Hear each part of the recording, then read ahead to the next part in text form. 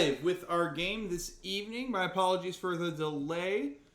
Just some hiccups on the old Nashville traffic. I'll probably have to say that again a billion times as people start trickling in.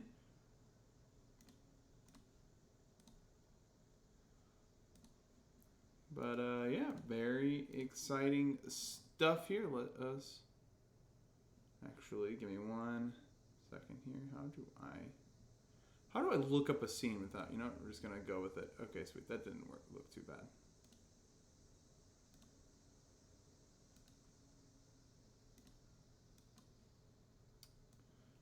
But yeah, we're going to take a look at this draft here as we wait for the champ select and all that nonsense to get going. Oh my, Esmadi. Hottie Himbos. Hell yeah. So we have Jimbo's Himbos versus Submissive and Draftable today. And pretty interesting, I should say pretty standard draft. The Darius is a neat little wrinkle, but we'll break down with this. Get that Trundle insta-locked in. They know Jimmy likes to play tanks every now and again, or they might put Buddy or, what's his name?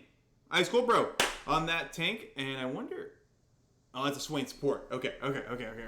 So they get the Swain. Obviously, there is a Swain flex there, which is going to be very nice. Ezreal, so they have some kill power, some safety. Sivir, which we have seen pop up a lot now in solo queue because the most recent set of buffs have been pretty crazy.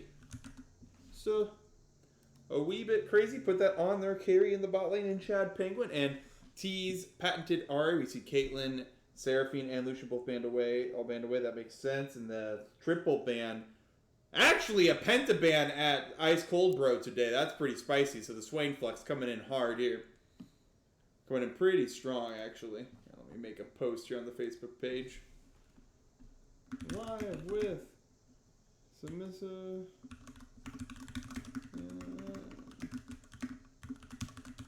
versus the Himbos.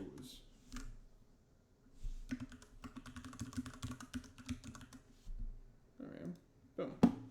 Alrighty, so that, oh wait, I wonder who they got to sub in, because Jimmy is out today, so I'm curious who they got to sub in, because I don't remember the Darius being a Jimmy pick. We do see Victor, that is an Egg Boy special in response to the Ahri. None of Egg champions really got banned out either. Morgana, that's going to go on, I don't know who Chad Penguin's support is, I can't quite remember that. I think that's Rob. Rob or Robert, one of the two. Aatrox going top. Who is their top lane? Is that Dead Pixel? And then, yeah, I think the interesting wrinkles here is going to be this Bel'Veth. Not too many. There are a few things that can stop Bel'Veth in her E on this team, but nothing super easy point and clicky. So if Buddy's able to kind of use those dashes to avoid getting borked up by CC, he's going to be able to pop that E, get that damage reduction and lifesteal, and it's going to get pretty spicy. We're working with a 40-second spectator delay, friends. Yeah, no problem. Once again, I am so sorry I came in late, but I knew we had this whole spectator delay and all that stuff that, like, you guys could swing the draft through, go through champ select. I knew I'd be home in time. Once again, this is my last day I could play some 40K before I can't play for like over a week, so I went down to the local Games Workshop store, played a game, and then on the way back up, traffic was a beach as I was finishing some errands. So, glad I can make it in time. Yeah, Dead Pixel is the top laner. Thank you, Tizzy. Curious who is this Darius. Now, Dead Pixel's Aatrox, that is one of his picks. So, gonna be interesting to see how he plays on it into this Darius. Gonna be a very volatile lane up there. As for early jungle pathing, I think the Bel'Veth could make some moves. Trundle wins that early, but there is outplay potential, and I do think, in my opinion, I think I think Darius Bel'Veth beats Trundle Aatrox if they can outplay most of the Aatrox skill shots.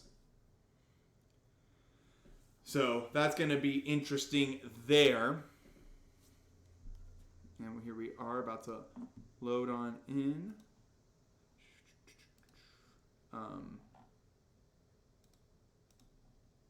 There it goes. It has found it now. And this is Jimbo's Himbos. And this is Submissive and Draftable. Sad. Whoops. There we go. All right. Spectator bug. I've told there's a way it'll just like give it time and I'll hit the timer. We'll see how that goes. Phew. Please. Hot dog, it worked. Alrighty, so let's get going. Looks like pings for a 5-point coming out for Submissive and Draftable. Victor does have Ghost. Sturcha is the sub today for Jimmy. I know they were looking for, I think it was a silver 1 top lane sub. Sturcha might have been the only one available this evening, especially things are getting pretty dicey with availability right now with... oh, does he get that? Nope, close. Availability is a little bit wacky with Nationals going on, but that is one of Sturcha's picks. We'll see. Oh, wait! They brought in Hauer as the sub for Jimmy. That's right. Sturcha is normally their ADC.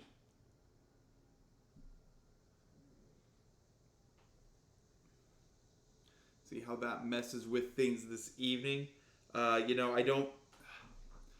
it's one of those things where it's like, I don't know how that matchup's going to go. Sturcha can be a very capable player. They put him on a pick he is comfortable with. I believe Darius is one of his more played champions, so I think that's good for him. Dead Pixel is a pretty solid silver to gold player in his own right, and he might be able to take advantage of a potential skill disparity up there. So we'll see how that goes, and Howard's Ezreal, I think, is a comfort pick for him. Oops. All right, both junglers starting opposite sides of the map. That's got to kind of show where we expect them to be coming in from. Can I get this audio coming in here nice and hot and ready for you? There we go. All right, so I would assume Neil might be doing a level 2 gank or be doing a 3 camp into a gank. Looks like he's set that ward up for a vertical jungle. This is something he likes to do. If that ward does get dropped down, he will almost... generally try to go for that vertical if he feels like it is a possibility. It's one of those things you could do if Budnificent is not expecting it. Now, that said, Belva can't do, at least she could before the multitude of nerfs, definitely do a 308 solo clear starting, 311 solo clear starting at Red Buff Ignite, going down onto Light Pulse after that pull coming in from Ice Cold Bro, almost getting Light Pulse down there. Meanwhile, Hauer, as he's trying to chase him down, taking damage from this Sliver, who is hit level 2 with the bouncing blades, double hitting him. It hurts a lot. And the Trundle coming down bot. Oh, Budnificent does not expect the vertical jungle. He's in for a rough surprise. Doesn't get hit by Light Pulse. Is still down here, half health. Budnificent's gonna find that his campy wampies are not so there, and might also fight a Trundle. This is the I'm plat and you're gold special in the jungle. I'm going to be honest. You just kind of... Oh, I thought he was going to sit in the bush to try and kill him. I would have loved to see that because Trundle with red buff would win that, I believe. Instead, we see posturing. Neither of them wants to commit too hard, but Neil Steel does have Prow from his bot lane. And we see some spiciness. Sturcha makes the pull. Getting that bleed onto him. Doesn't connect the Q. Conqueror procced. Here's Belveth trying to get the counter gank mid. Here he is. Goes for flash. Doesn't connect the W. Pillar does force Eggboy to walk out into an awkward position. Budnificent now flashless. Could have probably dashed in and then done the knockup. Something I don't think many people realize is that when Belveth hits that knockup on someone, you actually immediately refresh the cooldown on the Q dash in that direction. So you can Q, W, and then get your Q back up so you can follow through on that W. You can also do some cool stuff like use the Q to animation cancel the W, so you don't get the Q refresh, but you can do something where it's like WQ, auto Q, and like get some really cool refresh. But if it goes in for the sneaky smite there, doesn't have the ability to over walls. Guys have Sturcha here. Almost gets it. Neil the Steel very prescient of mind and gets that gets the smite there. Oh yeah, Trundle's going to have Lethal Temple. That is very standard. It is big pain. Man's taking your AD and wacky with a Sturcha. We did talk about this Dead Pixels Aatrox. It's one of his big comfort picks, and that there's a potential skill differential there. We were kind of seeing it play out with some of these lopsided trades, though. Sturcha up in CS, got a nice wave coming into him. He's going to hopefully be able to collect on the backswing here. Lightpole's not back bottom. We'll see what these junglers do next. Beneficent, I think he has enough gold for... Yeah, so he could have gone back to base, got himself a couple long swords, and do the clear. In fact, that's what he's doing now after clearing the refresh of Krugs. We see Neil is still doing a full clear himself. Oh, no, he's clearing his topside. Going to catch the respawn of the Grump. Pretty smart there. Or try to get the Dragon here. That said, Dragon durability, since the patch, they are very hard to solo right now. I don't think many champions can do that. And yeah, you just grab him the Grump refresh. So God's going to pan out in a oh, good root. Gets him under the tower. First blood to Howard off of the excellent pull coming out of Ice Cold Bro. But Ibsen opted into the pickaxe first. Pickaxe first is a good immediate boost. Obviously, it's going to give you more, I think 5 more AD than the double longsword. 2 each. 10. Yeah. But the double longsword is going to let you get to that noon quiver so much sooner. It's that you really want to get that. And I've even personally gone like longsword dagger. Or, you know, actually, I don't think we're going to see this, but a build I would love to see out of Beneficent in this game. Could be kind of troll because they have a Trundle, but I would really like to see the Bel'Veth Bork rush into Frostfire Gauntlet. You're going, and then just full bruiser items after that. So, like, so it is a hilarious build. One, you get the double slow off the Bork, and then they have to deal with that AoE slow around you. But you just get very beefy. So you do, it was a build when Tree first came out. I haven't tested it in a while. It's Bork into Frostfire Gauntlet. And then you can like go Death's Dance or whatever. But it gets really funny when you get that Titanic Hydra. Because when she hits her I need to learn Bel'Veth ability names. When she hits her Royal Maelstrom, those are all attacks. So that Titanic Hydra, that cleave's happening. Every single one of those. And you get that scaling attack speed off of your farm. So you're hitting pretty hard. Above and below. And what is it? Void Surge. Endless Banquet. RRR. Good movie. Just watched that last night. Oh, RRRR. That's not a movie. That's just saying ready. We are... Uh-oh. Interesting. I wonder if it's because we're not like so far behind. There it is. Okay, sweet. So yeah, that would be an interesting build because I mean they have the Darius and the Swain, which are going to frontline pretty well. So it might not be the most necessary thing. I think Kraken Slayer is a fine build. It's just kind of an interesting thought. We see Trey going here first. Dead Pixels just kind of wailing on Sturge, taking advantage of a bit more of that knowledge in that matchup.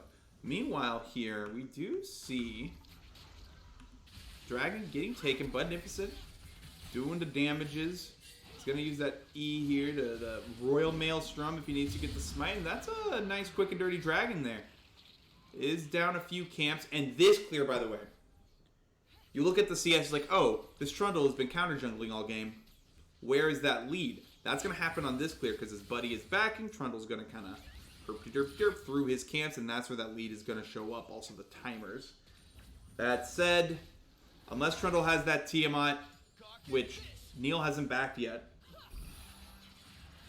Trundle has that Tiamat. He's going to be able to clear pretty quickly. I don't know. I'm a big fan of getting a nice good first back so you can get like maybe double longswords or something for the second clear and any scraps that appear around that timing, but there is something to be said for having a lot of presence on the map and just kind of keeping yourself out there as needed. Rift Herald is coming up soon. Ping's coming from Neil. Would not be surprised if we see Submissive and Draftable playing around it. Looking at some of these lanes. Bot lane. Chad Penguin, despite that early kill onto Light Pulse 94, is up 14 CS on the Sivir. Rework doing a fine job for... Oh my gosh, it is hitting the Swain so much. As Sturcha trying to survive yet. Oh my goodness. Yeah, oh, this is lethality Aatrox. I don't know too much about it, but I have seen Eclipse Aatrox, and it is a menace. It's Beneficent trying to make a gank down bot. As we look at Trundle going on Sturcha here, top pillar coming through. One Chomp should get it. Cancels the auto, has to back away. Dock Up does not connect to the bot lane as we get action down there. Light Pulse very low. Ice Cold Bro going in a bit deep, trying to flash it. Beneficent gets it. Buddy, you can Q out of that. No! Ah, Chad Penguin really capitalizing on that mistake. Good on him. 2-3 for 1. Not what you want to see. Did Morgana die? Yeah, she died. Scoreboard's just not updating. There it is.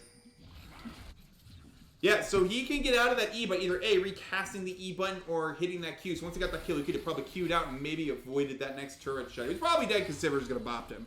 But, so just the stuff, you are immobile during that E and you cannot cancel it out like a Master EW. Oh, we get some scrappy dappy doos up here. Coach Eggboy is level 6, so is that Aatrox, and Eggboy going to try and get the Aatrox. There's the good route. This is an interesting situation. TNT going to kill Ice Cold Bro on the side. Neil of Steel goes down. Beneficent is the next one to fall. Sturcha trying to survive, but going to get charmed as TNT is running rampant through this fight. We can go back up to here and see that Coach Eggboy trying to make anything happen, but instead it's probably going to be his death as he has to flash to safety to not get caught by that knockup. And probably, Derek's Gage. So, with those two plays, this game's gone from decently even to out of control. 3.5K in the lead at 10 minutes for Submissive and Draftable. Yeah.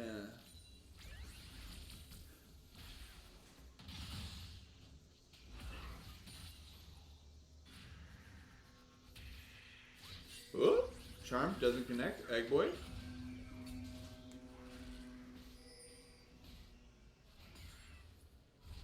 There's the Noon Quiver for Buddy. And now here's the reason why I like the double longswords in the first back. And this isn't just a Bel'Veth thing. I like this on Wukong, Viego. It's what you see the pros do. Usually you'll watch their games about that first back. They'll come back with like double longswords. Is that you're not, as opposed to like say pickaxe or something, even though it's 5 more AD, ult coming out from Power during that trade. You're not having, oh my god, Sivir hurts. You're not good by, he's gonna have to burn his ult. Good pull in onto Light Pulse. There's the stopwatch coming through. Chad Penguin takes 1 tower shot. Oh my goodness. Why? The double hits did more damage than the Q. Why is that okay? That's not supposed to work like a Brand ultimate. That's the same damage as Brand ultimate. Alright, Beneficent going to dash in onto the Trundle here. Tries to get a knockup onto Morgana. Uses the Royal Maelstrom to stay alive, but it's not going to be for too long as Neil of Steel does get that kill.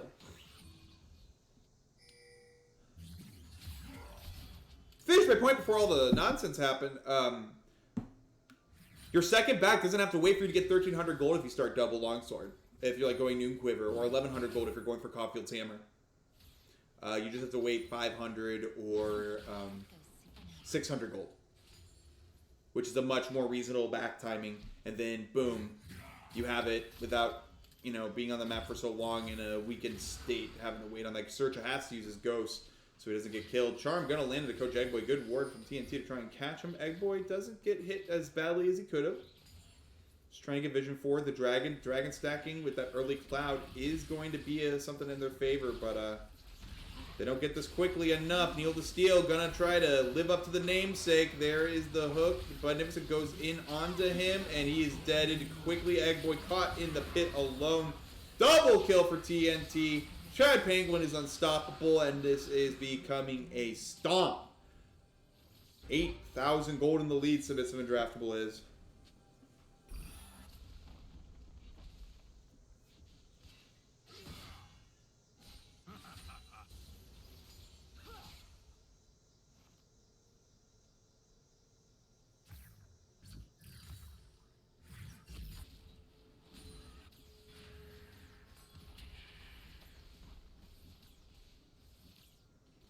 Alrighty, well. So this is Draftable. Just have to kind of play around objectives. Almost just let, because Jimbo's Himbos have a very big tendency to just kind of go for a lot of these scraps. I mean, they definitely they keep position here going for scraps that they definitely shouldn't necessarily go for. So you can almost set up around objectives, get the prio, and just walk into an objective and know that the Himbos are going to be there ready to kind of scrap it out. And with your lead, you're going to just like right here, gets the Sivir ultimate, but spell shields galore, going to get that almost a kill onto Ice Cold Bro for trying to pick off Sivir.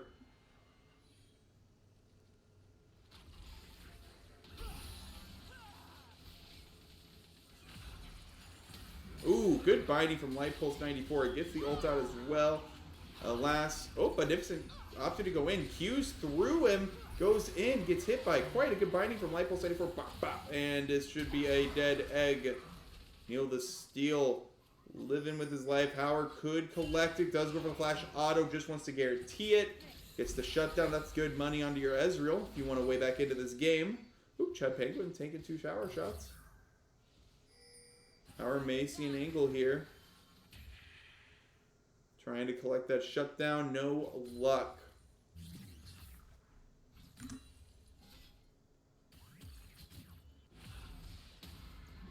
Hello. Ooh, binding connects.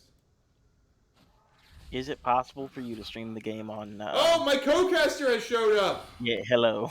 Remember that time when you started a ranked game, like, I don't know, 15 minutes or so before our scheduled start time? Yeah, I'm dumb. It's okay. I had traffic to contest with. I don't know what you were doing. I made some chicken nuggets and lost track of time. I'm gonna be real. Gotta make another dash here, buddy, so you don't get pulled back in. But they are like, nope, I'm just baiting out the ult. Ooh, that's gonna hit there. We see some scraps going down mid as well as TNT gets pulled in by Ice Cold Bro. New Sivir is not okay. It's the double bounce, dude. The double bounce gets me. Like, all right, let's do some quick maths here. Let's click her. Yeah, I mean, so far it just looks like 75 damage each bounce. Yeah, total domination by the side of the blue team here. These bounces 10K critically up at strike. 15 minutes. How much more damage does a crit do in League? Depends. I think it's supposed to do double damage.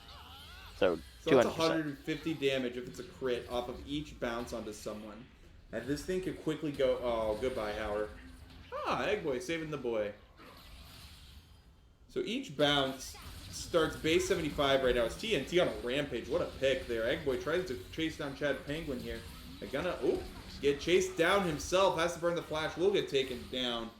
It's like... you might kind of missed it. It's the way Jimbo's Himbos play is they're just going to kind of walk into you when you're ahead, and you just let them keep funneling gold into you. Yeah, I mean, at this point, blue team is incredibly strong. Looks like red team had some scaling picks that didn't get off the ground. Like, your Belveth is how many levels behind? 4 levels down? Something like that? So, it looks like a rough Just game. to let you know, I was looking at this. 100 plus 25% AP. So at this, for a brand ult. At this stage of the game, before passive, obviously passive changes things a little bit there, but at this stage of the game, each Sivir bounce, if she crits, does more damage than if a brand ultimate bounces on you.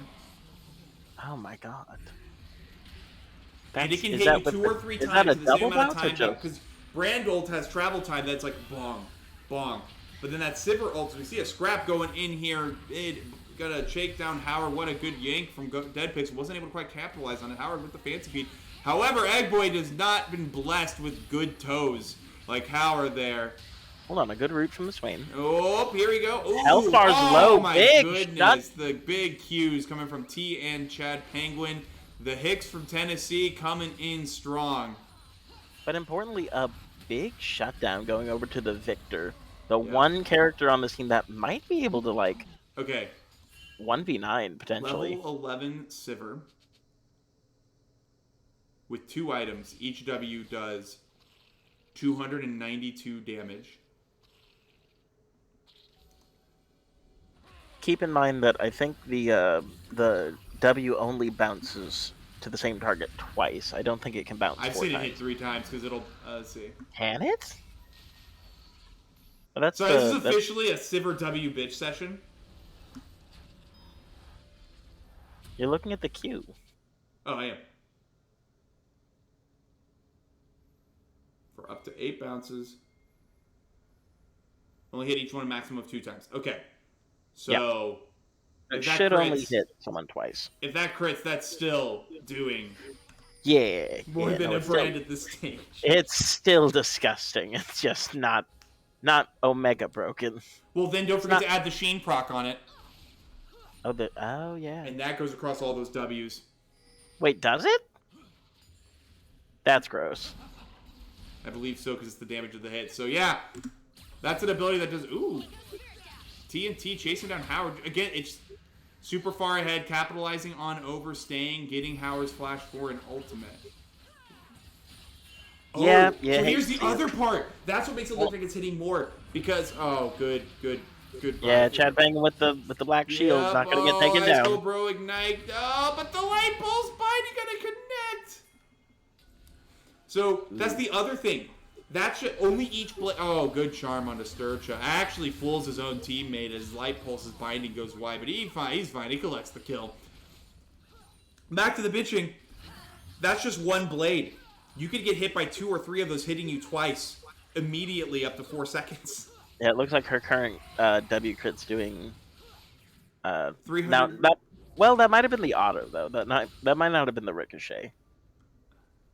Because I don't think the ricochet does quite as much damage as the auto, right? It does the full damage of the auto attack? each bounce. Surrounding enemies, these bounces critically strike at the auto critical strikes. Okay, but they don't do like full auto damage. No, the bounce does 81 damage. Yeah, and then it crits if the full thing crits, so that's 161 damage for each bounce. As TNT going to go on a hyphy flank here. Ice Cold Bro is down, but Nipson tries to stay alive as much as he can. Goes for the reset, does get taken down. It is 1 for 3. Who needs engage when you have TNT exploding onto their backline? There we go. We brought it home. Something a little bit interesting to note, and I don't think it's going to make a true difference in this match.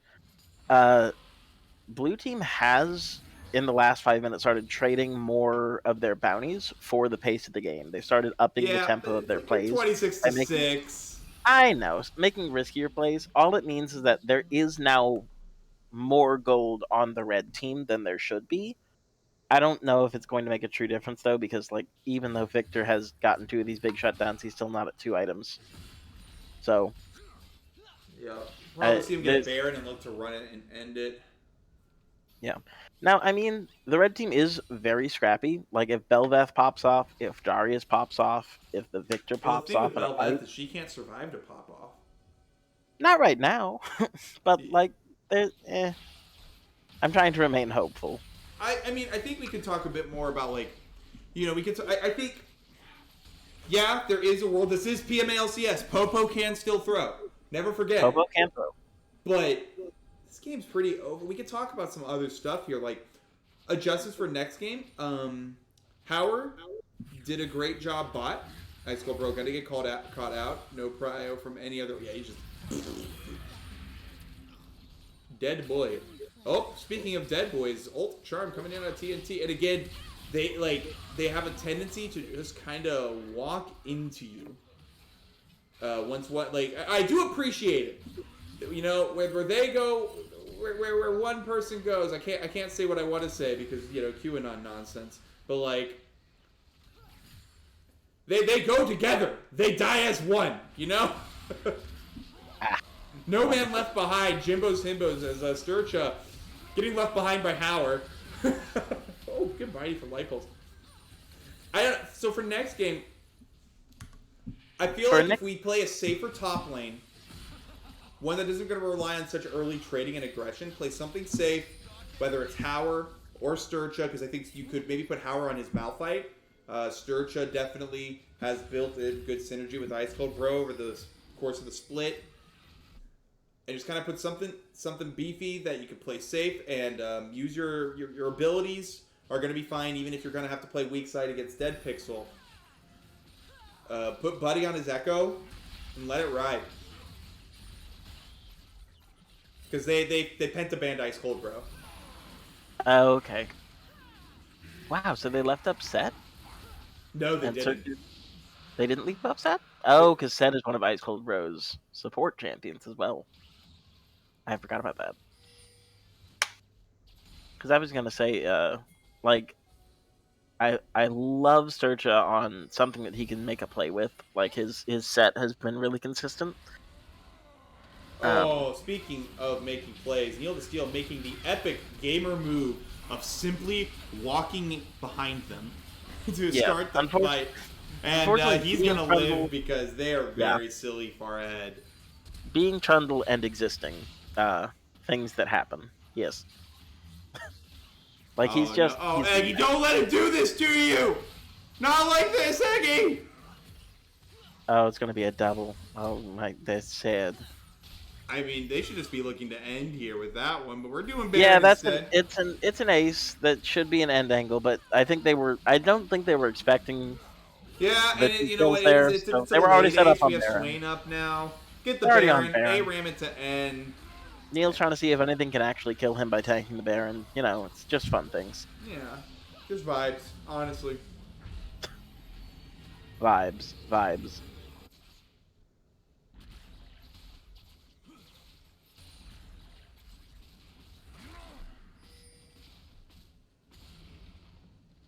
Uh, I can actually, I can use this time to like shout out a jungler in the league that's recently inspired me. Budnificent. Tell me about it.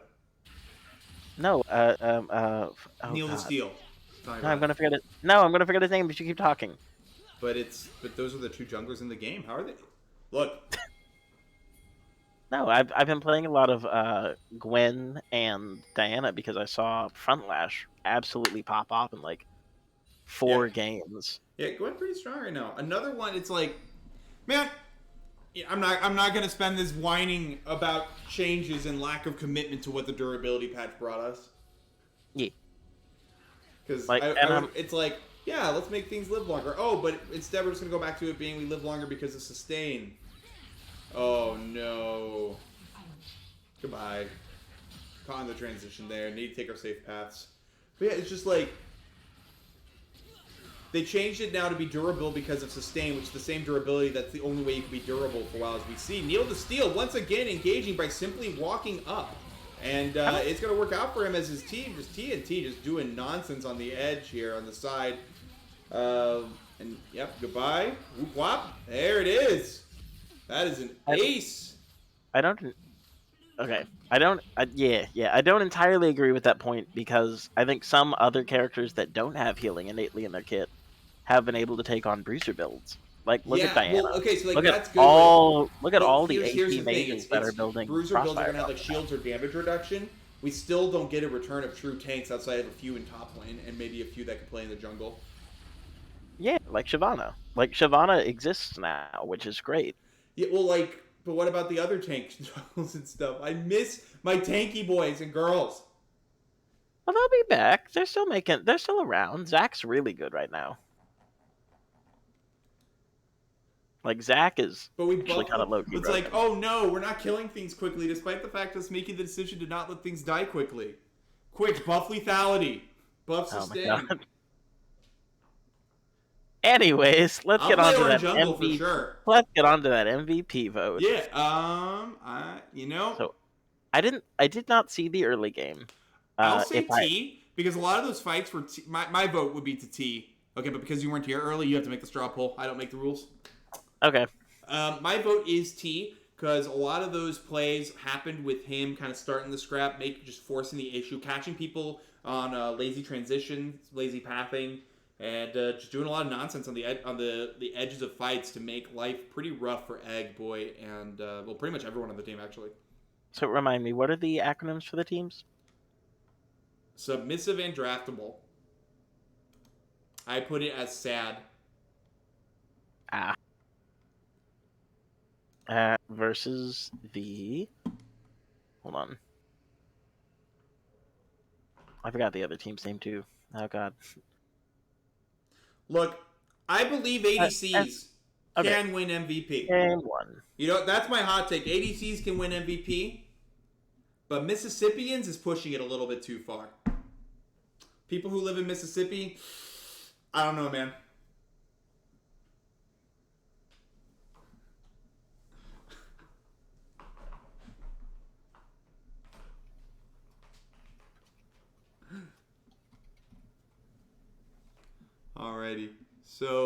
Let's go here.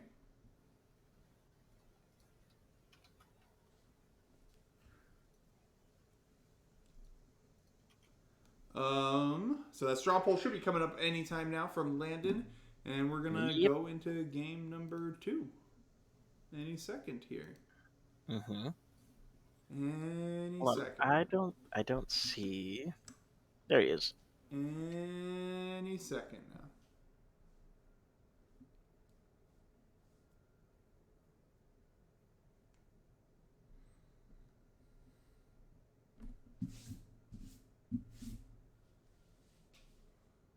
All right. Dead Pixel, Neil the Steel TNT, Chad Penguin, Light Pulse. Yes? Yeah, put it in. Put it in. Perfect. Creating poll.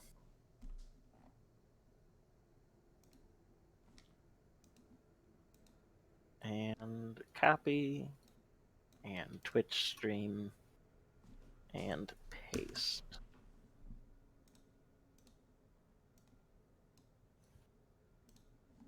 Alrighty, and then now we're going to the draft for game number 2.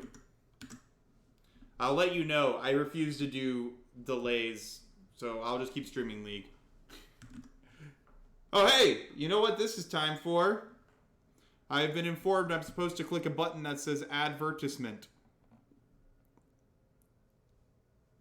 I don't actually know if it shows them or not, but I'm going to do the thing.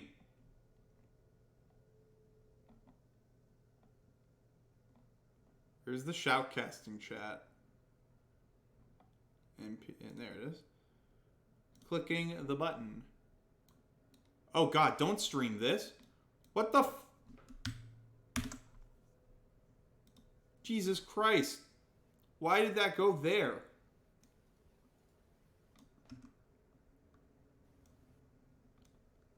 Oh, Himbos Hotties. That's right. Or Jimbo's Himbos. Jimbo's Himbos Hotties. Is it really? I don't know. Do you not know any of the teams in this league? I thought I did, but honestly, names go in and out of my head. Look, all I know is you're out here thinking I've never played Lilia once in my life. And I'm right. No. Even though you played it last week in a game, I'm right. Landon, you say a lot of things about players, and it makes me wonder if you watch any games. And I I think do watch games. What are you talking about? I think that makes you endearing. Well, thank you.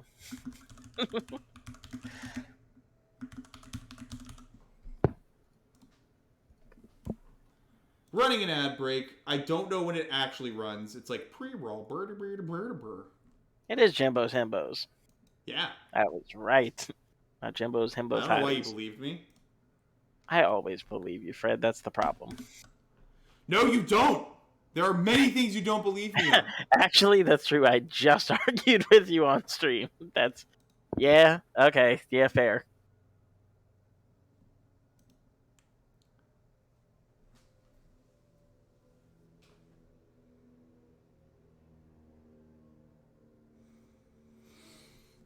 All right, we have the draft starting up. So anybody who's not subscribed and is watching the ads, we see looks like Penta Ban, Ice Cold Bro continuing, Lucian Sivir getting the Sivir out. They say that the Morgana was a bit of a nuisance in that game, and they grabbed the Caitlyn themselves onto Himbo Hotties. Yeah, first pick Caitlyn. Not what I expected, but they don't want to give it to old Chatty Boy. So I don't know his pool that well. I know he plays Vayne. Trundle coming from Neil worked really well. Also limits a bit of like what they can do from the Beefcake side. Yeah, he played Trundle, I think, 1 or 2 games last week as well, or the week before. So definitely something he's feeling really confident on right now, especially into Bel'Vev. It's a good Bel'Vev counter. Penguin Ash. Yeah, it does because the counters are early, but I think Bel'Vev with a good side lane can win that.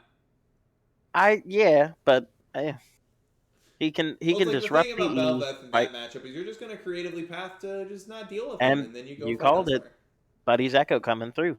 Yep, put him on the comfort. That is Buddy's far and away his best jungler. Do or die time game 2. Let's pull it out. Now, what I'd like to see here is something to punish this immobile Ash pick. Like, you have the Echo and you have the Caitlyn. That's really Oh, they good grabbed pressure, set here. lots of damage. It should be set, but whether it is set or I not, think they eh, grabbed set. That would actually be because they haven't shown their hand. They just shown jungle. nope. It's going to be an Alawi top. So That's is that probably Howard or for. Sturcha? And they're I blind picking. I I don't think know about that's blind picking Surja. top in a dead pixel. I Like think that's especially. Cam's Alawi. Yeah. So I Cam. do again. I would have liked them to see maybe on a safer pick that doesn't need to gain a lot of like I would like to see a low econ weak side top because Pixel's gonna play something punishing here as T's Ari comes out as well because they're gonna ban the Gangplank and I don't remember what else they banned last game, but unless Alawi's better into Aatrox than Darius.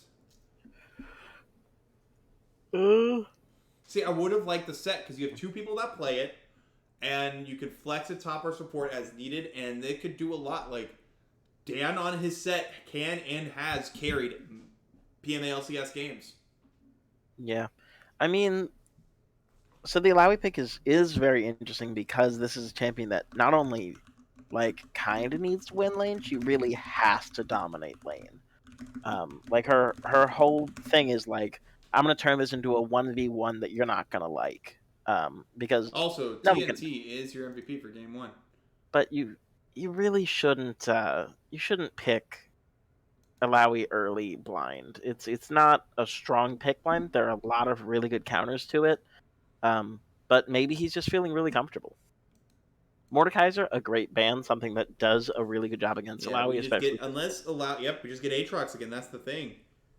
Let me double check that matchup. That sounds like it's an Aatrox win, but Either way. oh no, actually, it's an Alawi favored lane technically. Okay, and we see Ice Cold Bros Thresh, which we've seen Beneficent Echo and Ice Cold Bro Thresh carry games in this league. So that'll be as a duo. So that's gonna be interesting to see play out. What does Eggboy put Min to round this out? I think we see like his Oriana or the Vex. I know Vex is really good right now. I don't know how she does into Ari.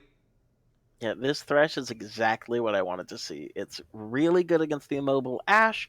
They haven't drafted a lot of. Ooh. I like that too. Put the worked ground out so Ari can't necessarily dash into you. Have some self peel. See how it goes. There's a lot of people that just Trundle meanwhile just walks up to you. Yeah, I mean, I have to think about the mid laner playing it. Like that's Eggboy on Talia. I think Eggboy is dirty, absolutely disgusting. No, I think Jake's See, also you've very been good. wrong about players before. You thought I don't play Lilia. Are we gonna? Is this the whole stream? Coming out for like That's like a 3-week-old meme, Fred. It's festering. It's been in the fridge too long. Throw it away. You also thought I didn't play tanks. No, I knew you played tanks. Oh no, you thought I only played tanks. I remember that one. When did I say that?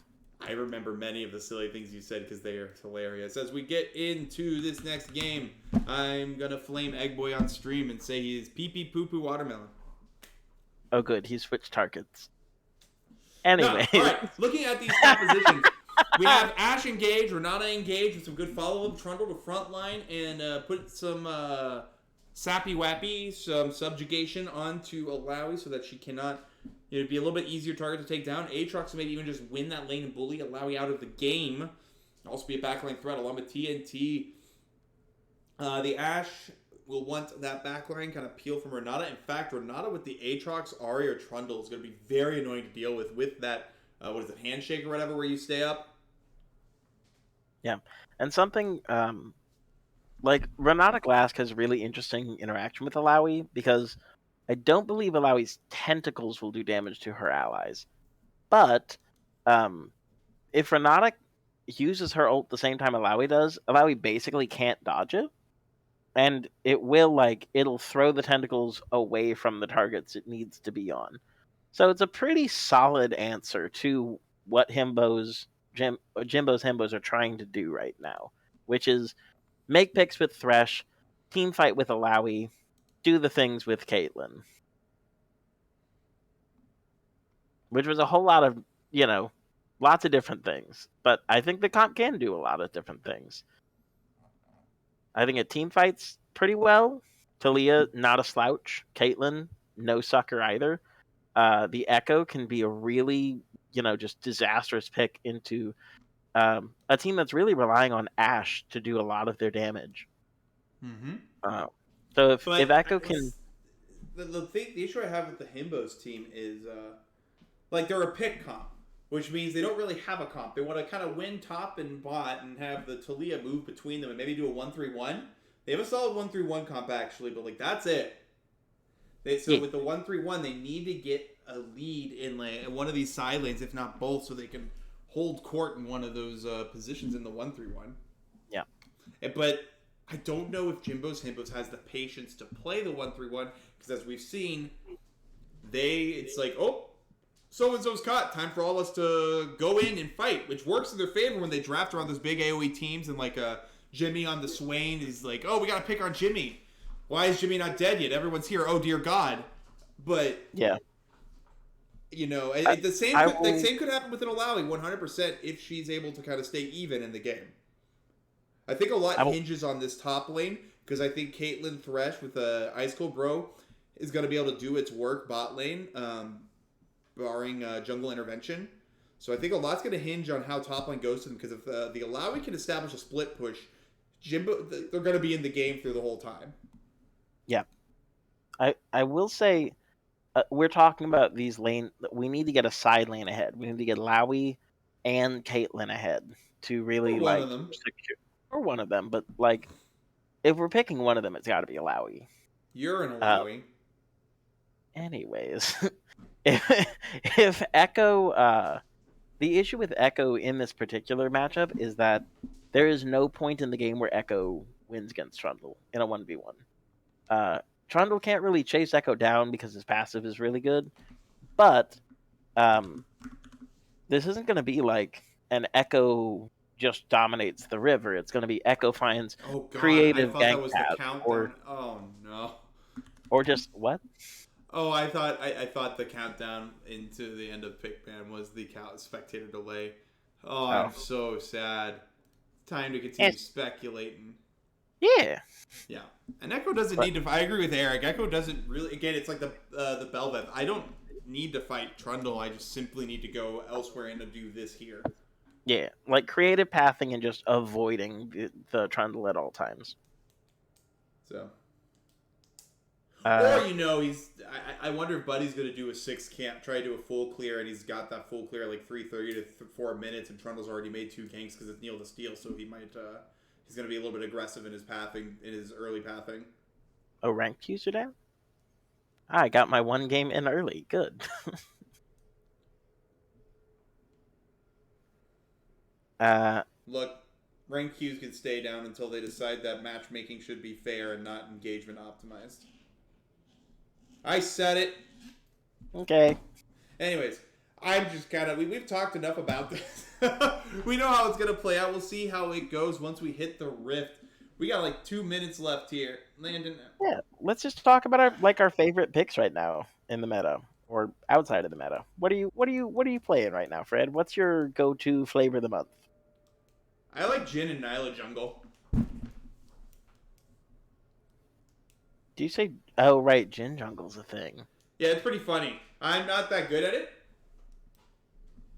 Yeah, I saw it for about a week and then it immediately disappeared. So I Yeah, never I really got enjoy back it. to it. I it's really fun, but hard to pull off, especially when you pick it and even though it's a norm, your teammates are like "fuck you" and just run it down. League is a Oh, very yeah, good community.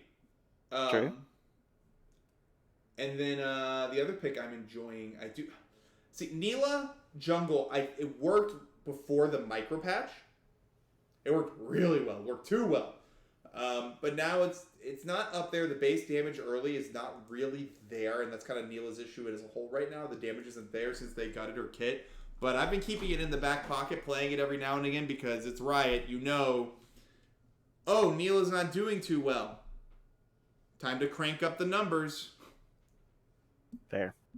I've been really enjoying Diana with the Sunfire build. A lot of fun to play. Yeah, that's a silly one.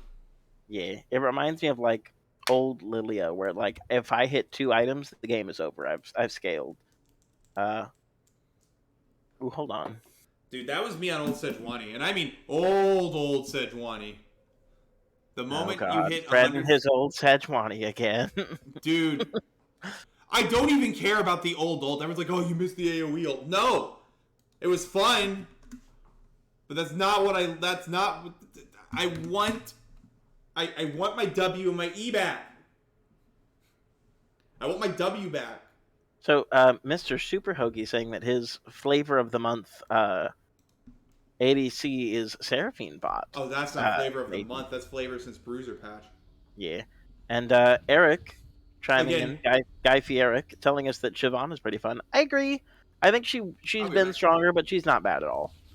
Shyvana, absolutely tons of fun. Looks like we have a bit of a delay at the start here. I know my screen is dark. But just as soon as this gets fixed, we will get into game. Yeah, on the note of Shyvana, I think she's become a lot more interesting. Like I had to disappear for a second. What'd you say? That's fine. I was talking about Shyvana. I think she's more interesting currently because previously it was the only build that you really should run on her was like Demonic and Frostfire. But like she's gotten I don't know if she got buffed at all, but she has some recent changes that have made her I've seen more Bork builds. I've seen more Titanic builds. I've seen a Sunfire build that worked pretty well. And my stream or my client is not Simply playing watch this in game. Discord. So we can talk about the same thing. As we see, Ice Cold Bro leading the charge here. Flash, hook, barely misses, just out of range, but does get the flash out of Chad Penguin. Okay, do we see a repeat of last time? Because they didn't get a ward on the blue buff or anything. They're going to drop this ward on blue. Neil is one of the wrinkles Neil's put into his early pathing in the past few seasons. He's, especially with the Trundle, he will now vertical jungle. What I would like to see him do last game was after he got that blue buff, just sit in that bush for a second and just cheese the button if it's not a Bel'Veth. So how I would play this, and I think Buddy is doing essentially well, what he thinks that Neil's starting bot side. I mean, even if he thinks Neil's starting bot side, you want to start top here and try to punish this flashless Ash, right? The flashless Ash's ass. Yeah. Punish the only change I would have made was as soon as we're done with that bot engage, I start my back, I get a sweeper, and I sweep out the blue quadrant because I'm like 90% certain they've been there. But either way, really smart pathing from him, knowing where his objective needs to be. Now, what I want to see done here, I want Neil to hit him with the gold jungle, plat jungle special. Oh, he's doing it right now. The 3 camp invade. Yup. Or the 2 camp invade. Which one? 3 camps. Meet him at his red. Yeah. Now the problem is though, he's dealing with it on bot side here. He's gonna need the push from his bot lane because Ice Cold Bro can and will make that roam. Yeah, Ice Cold trying to shove this lane out. Howard also auto-attacking, just needs to auto-attack a little bit more often so that they can push this wave out. That way you can get the next one pushed back to you. Good hook onto the Ashe here is level 2. Yep. The trap synergy was not there. Oh, the flaying away from the trap. It was almost there. As we do see Trundle is instead opting into this bot lane gank from behind the tri-brush. And they're not expecting this Ice Cold Bro is here. How we're going to have to cleanse the exhaust. Neil the Steel targeting Ice Cold Bro, trusting his teammates to deal with that. Gonna get hooked on her tower, gets flayed at her tower. First blood going to the Renata. See Sturcha taking a trade down here with Dag Pixel in the top lane. And T getting bopped into that worked ground. A little bit gets stunned up. But that is going to be first blood going to Ike Pulse 94 on this Renata Glass. Neil the Steel with the 3 camp Gankaroni. And because of that scrap, Beneficent had left red buff. So his clear is even more behind now. Yeah, it's just a vision problem. Like they didn't place a ward when they invaded the blue quadrant the first time, so they didn't know where the Trundle started. They didn't place a ward in river or in Tribush when they were getting shoved when when their wave had to be shoved out. Like, you got to take care of your vision game, or you're going to get punished by good players like Neil. Yeah, I mean, what I always tell my teams this, like, oh, Magnificent making a gank on TNT. Gotta get that flash. Is charmed up. Maybe gets the slow. Do they get any more? Nope. Almost. TNT keeping himself alive with a good flash and fancy feet. So what I always tell my team when I play Neil is 2 minutes, 45 seconds to 3:15. You will be ganked. One of you. Depending on the game, depending on the matchup, in this instance, he chose bot. He's either going to gank or he's going to invade. He is the 3-camp king of PMA LCS. And then, of course, he'll hit the mix-up where he doesn't do it. But it is something he is want to do. So you got to be ready for that because he will use that. And as we know, when Neil the Steel gets himself ahead, can snowball very quickly. Yeah, I will say good on Buddy for not conceding the map immediately. Like he makes the mid gank happen. He burns a flash. He forces TNT to base.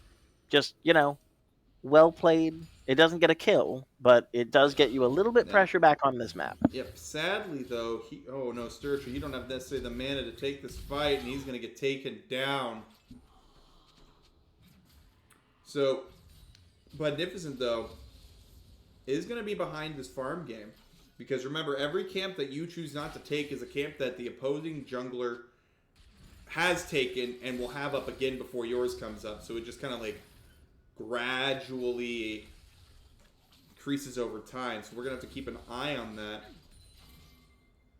But we might see a good gank here. Magnificent and Ice Cold Bro very used to playing with each other on these champions. We see that right here. Ice Cold Bro with the Hextech Flash. Magnificent going to get the flash out of Renata. Do we see a hook from...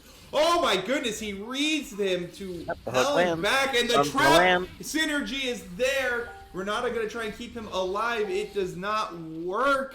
Power has slain the Ashe.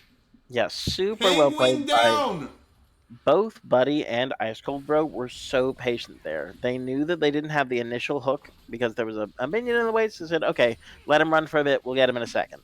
Neither of them burned their CC. They hit the hook, they layer it perfectly, they get a kill. SpaghettiOs. Neil the Steel making the reads. Bop, chomp, chomp. Buddy panicking a little bit, doesn't dash over the wall, gonna have to burn his flash instead, and will be taken out. Yeah, just a dangerous spot to be. A good read by Neil the Steel. He knows Dragon's coming up. He knows there's a no mid flash, and now he's coming bot to make the play happen on this Caitlyn, who doesn't have any summoners. Kind of greed a bit. We do have Lantern. And, oh my gosh, that's cheating. Neil was on that. Power's cheating. Well, Neil didn't try to interrupt it with a pillar, and that's where he failed. His pillar was on cooldown from the fight with Buddy. Oh, I guess. Well, it is a long cooldown, brother. It's like a 25-second cooldown, but I thought it would be up by then. It doesn't matter. Either way. Wait. Oh no, we won't be able to see that because no one died. Ice Cold Bro. Speaking of no one dying, Ice Cold Bro. Gets pulled away. That was such a good yank from Light Pulse 94. We do see Magnificent trying to get the stun. Instead, he leaves Neil his buddy away to be hit by Neil the Steel. Now Egg Boy gets run down here as well. Just a lack of coordination in this scrap. They had the pick. They had the wall. Chad Penguin flashing and chase down Coach Eggboy, who's trying to do whatever he can. Gets the push out, but Chad Penguin going to get it with that last auto. Lack of coordination communications in these teams, in this skirmish. Their target selection was a little bit awry, but we see them walking in here. There is a low Renata. No flash on many people. They do force them out of the Dragon Pit. Magnificent is level 4 still. Oh no, how we're in a bad spot. We might walk into the stun. Neil is pull from Light Pulse 94 to save his jungler yet again. He may pay the price. Indeed, he does. The Dragon takes him down. Another excellent hook onto the trap from Ice Cold Bro. Does he have another one in him? He's had Chad Penguin's name, number, all laning face. He's looking for it. He wants it so bad. Magnificent's looking.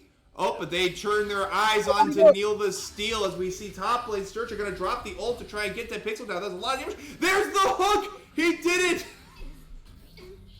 Yeah, beautiful cleanup. I want to see that hook. I want to see that hook. Okay, I want to see the hook before he hits it. Okay, so we got to top at this point. How does he? Okay, so they get So Buddy. this is Buddy going in. Buddy being a Chad. Lantern. Oh, Lantern Reed. vision. Sick.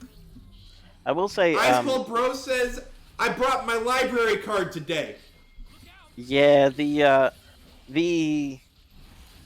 re-engage by Neil the Steel on 1/2 HP versus a Caitlyn. That's a bold move. That's a move I would make. That's ego gaming at its finest. But just well played by the blue team. I think that's Jimbo's Himbos, right? Tambo's Himbos. Oh my god, I think it's Jimbo's Himbos. And then also, Himbos. something we haven't talked about. Sturcha is dominating. Oh my god! So he's winning that matchup so hard. Yeah. 30 so he's CSI. despite losing that kill. When did he get it? Did he get a kill early? Did I miss him get a kill? No, he got a return kill during that. I think when he popped his. What a hook from Ice Cold Bro yet again. Reading the dash from TNT on this playmaker with the Thresh. We talked about this before the game. How we have seen Ice Cold Bro and Budnificent with this support jungle combo be the deciding factor in games in this league, and it is what we are seeing once more in this game. Yeah, I mean, Ice Cold Bro, super high pressure support, just getting work done. Like he just walks anywhere, and anywhere he goes, picks happen. Now this is where I think Dead Pixel probably is the lethality build, the Aatrox build. I'm not familiar with Aatrox builds too much. So it's not. I know it is an option. It feels like, to me, it feels like a lane stompy option. And if someone's gonna be like, yeah, no, that's just what you do, bet. But it feels like a very lane stompy option, and he's building it because he assumes he's gonna be able to outplay Sturcha and win again. But the Alawi has so much more sustain than the Darius. So I'm gonna double check real quick, but I think that is the highest win rate build. Yeah, I mean, I feel like he needs to build himself some more sustain than the lethality, but unless it's because he's getting bullied out. Yeah, I mean, Gore Drinker is an option, but both of them hover about the same play rate. Then that sounds to me like it's a champion matchup. Yeah, it's kind of like, which one do you think you need? I think the Eclipse. We do see the Thresh gets taken down while I was looking top. We'll see what happens there later. I want to see how Ice Cold Bro, he's looking aggressively here. Ash ulti, hit 6 at just the right time. There, yep. TNT returns the favor for his roam. That Penguin collects. Yep, and it's good that they're getting all this gold onto Ash. Who top lane, ultimate from the Alawi. Yep, just get the ult out. Try and apply some pressure, but Sturcha is hitting those points. He's got the booty wooties. Oh, we see scrapping going on bot here. Power holding his own in the 1v2. Knows you don't got. He just has to stay wary of Ash range and Renata Q. So we'll take a second here to watch what we got going on this Rift Herald. Neil the Steel. Does he have the sauce? Does he have the angle? No, he is not quite there in time. Ice Cold Bro showing up bot lane. Gets pulled away. Does have the Lantern. Caitlyn ultimate doing work. Doesn't connect the hook. And now they're in a bad place as the Ash is slowing down Ice Cold Bro. Howard Fleet footwork keeping himself alive. Lethal tempo. Chad Penguin looking for it. We do see the wards going to spot them out. Maybe. Are there blue wards over there? No, there aren't. They don't know. The Tri-Brush has been avoided with the blast code. Neil, the Steel, and TNT are here, knowing that Dan is out for blood. There's the root. Lantern not going to be enough as TNT's going to get taken. Takes the kill, and they get the shutdown on a Chad Penguin. Good. So here's how. Rome. And did they see them walk in the jungle off this ward here? I don't think so. I think they cut towards the Raptors and went around. But anyways, so this play is interesting because yes, you got 2 big spot, but you're trading a tier 2 top lane turret for it because of this, the power of Buddy right now.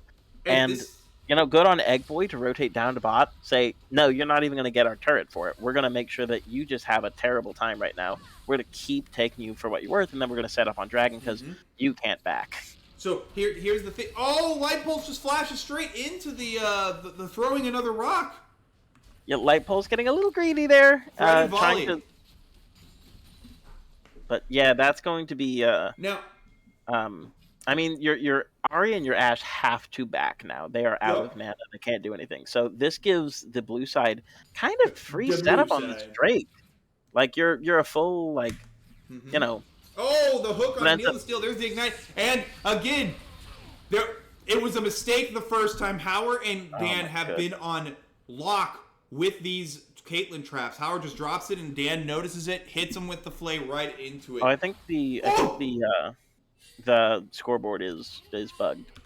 So something else we need to point Thanks. out as we get set up for this Drake, we'll talk about it in a second, as the flay into the Echo stun, going to get the kill. They're going berserk. Is it enough? Echo going to use the ult just for safety, and here is Coach Eggboy going to pull the Ashe into a Caitlyn ult coming out. Eggy, you can drop the wall by pressing R once more.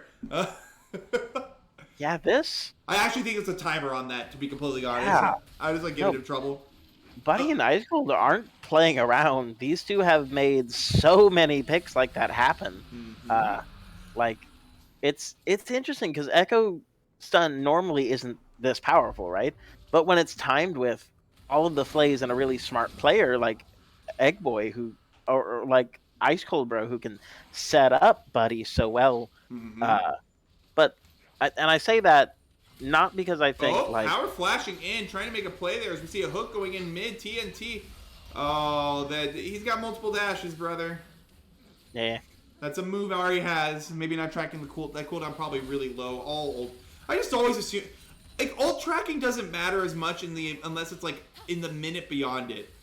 Like, oh, the ghost avoids trouble with the pillar subjugate coming out. He's got to look for the auto. Does get it. Is under tower. We'll see if that matters. His buddy going to chase down TNT. The third auto, the third proc coming from his Q. We see Neil the Steel living with barely any health. Now, gonna get his way out. And one thing we need to talk about before the game, we talked about how Jimbo's Himbos need to get these side lanes ahead, or in the case of like, or at least even, so they can test with their split push 1-3-1 comp. Sturcha is whole breakered up. He is whole breakered up with nowhere to go. He's ready to fight, you know? Yeah, he is all cheeked up on a Wednesday for sure. Yeah, and it is a Wednesday. And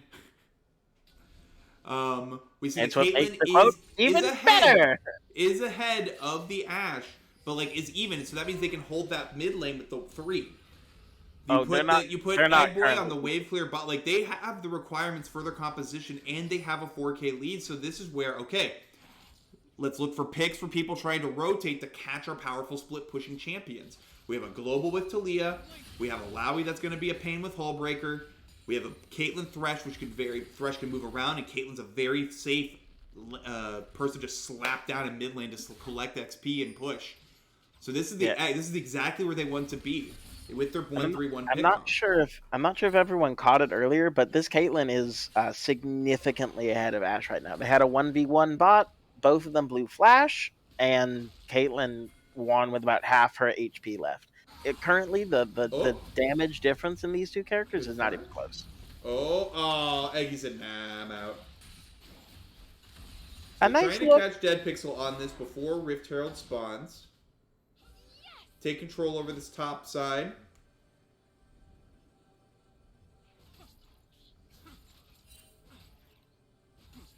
Yes, Buddy's decided. Put the Alawi in bot lane, but the tower may fall before he gets there. Nope. Oh, Trap does not quite connect. Sturcha looking for a scrap. Here's TNT as well. They see him on a ward. We're going to have the 4-man bot, but with an Alawi doesn't have the use of the Hullbreaker. Oh, messes up the combo just a little bit. But they still poke out Neil the Steel. Going to get that ultimate onto him. TNT going to tank. Ooh, Tentacle. Sturcha still out for blood, by the way. Really good. Tanked by Ice Cold Bro. Really, did you see Sturcha use the E animation or the Q animation of Alawi to basically negate Ari's charm? Really well done. And because of this pressure bot, everyone's showing up bot. That is a free second rift for the Himbos. Yeah, I have to say, like we were a little skeptical of this this Alawi early pick, like kind of blind into an unknown matchup, but. You know, props to Sturcha. Connects on the Renata. She should die. Indeed she does, but Ice Cold Bro is going to die to his own teammates there. And Neil the Steel does have his lethal tempo proc. Sturcha uses that W onto the tower. Gets the test the spirit. Is Trundle found wanting? Yep, Holy Spirit activate. And Amazing. it absolutely did. Man, I feel like that Alawi skin's a cheater skin. What do you mean? The Q hitbox doesn't seem to line up with the visuals to me. So like every time I'm up against that Alawi, I don't understand like some of the tentacles that hit me. Oh, I felt that way on every Alawi skin. But maybe that's just me. I always feel like that didn't hit me. There's no way that hit me. Yeah, Alawi was picked before the Aatrox Necro guy. Alawi was picked B3. Aatrox was picked R4. As Ice Cold Bro... That was skill. No luck at all, by the way, from Dan. Zero luck, all big brain skill.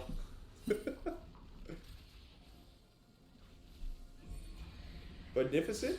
Oh, gonna get hit by the charm. But TNT Esper his ult, seeing that he was there. Oh, Asher are gonna connect, but that's two huge ultimates from their main carries on the side of Submissive and Draftable for this Soul Point Drake. And Himbos are here for the fight. We see the charm coming through. Howard is taken dangerously low. Watch out for Aatrox on the backside. Here's Alawi setting up that zone, using the Test Spirit onto the R. We see Aatrox a low 1v4. It's tanks top laners v top laners on the team here, but Sturch is the first one to fall. Oh man, they weren't able to burn down the Aatrox. Yeah, an absolute slobber knocker. Now Magnificent. Ooh, watch out. Buddy still has ult here. Hook doesn't connect, but he does have ult. They're going to get blast coned in. He's going to have to burn the ult to safety here, but Neil the Steel going to get taken out potentially. Dead Pixel has killed Ice Cold Bro, and that is going to hurt so much. They tried to do a little bit too much, and that's going to get the side of Submissive and Draftable completely back into the game after this extended skirmish. There are lots of low health bars here. Can Eggy find something? No, he's going to walk right straight up into the bush. One more Q might do it. Does not get it. Oh, so close. Yeah, did he have a ward he could have slapped into there? No, it's just you gotta check those angles. Yeah, it's just really well played by Jake, being very patient, not going too early, just waiting for him to find his way into his waiting arms. I think they definitely had the setup. They couldn't kill the Aatrox, and they didn't kill the Aatrox in time. And Sturcha wasn't able to hold the line as well as he wanted to. And so he's Hull Break Rush Alawi. Just set him in a side lane. You vibe in the 4v5. You don't hard commit. This is if this is I mean, they could do it. Echo Q kind of gives it away, though. It comes over the wall. I think they sensed it. Yeah, I just send Sturcha into a side lane.